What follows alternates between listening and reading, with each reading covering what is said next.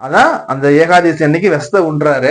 மைக்காலத்து துவாதசி அன்னைக்கு என்ன பண்றாரு, அவர் வந்து படுத்துறாரு. அப்படி இந்த சிவபெருமான் வந்து படுத்தாரு இல்லையா, சிவபெருமான் வந்து அந்த படுத்த ரூபத்துல காட்சி தர ஆலயம் பாத்தீங்கன்னா சுருட்டப்பள்ளி. இந்த சுருட்டப்பள்ளியில பாத்தீங்கன்னா சிவன் வந்து பாத்தீங்கன்னா வந்து படுத்த மேனிலாம் எல்லாருக்கும் வந்து காட்சி தருவார். இந்த தேவர்கள் என்ன பண்றாங்கன்னா அமிர்தத்தை எடுத்து எல்லாரும் சாப்பிடுறாங்க. நான் சாப்பிட்டு முடிச்சதுக்கு அப்புறம் சிவபெருமானோட ஞாபகம் வருது. ஆஹா, இதுக்கு நமக்கு வந்து முழுமையா நம்ம சப்போர்ட் பண்ணது யாருன்னு பார்த்தா சிவபெருமான் தானே, நம்ம அவரை மறந்துட்டோமே. என்ன போய் சிவனை போய் பாக்குறாரு. சிவனை பார்த்து ஆஹா, சிவன் வந்து இப்படி இருக்காருன்னு சொல்லிட்டு மன வருத்தப்படுறாங்க. அப்படி மன வருத்தப்படுறத சிவபெருமான உணர்றாரு.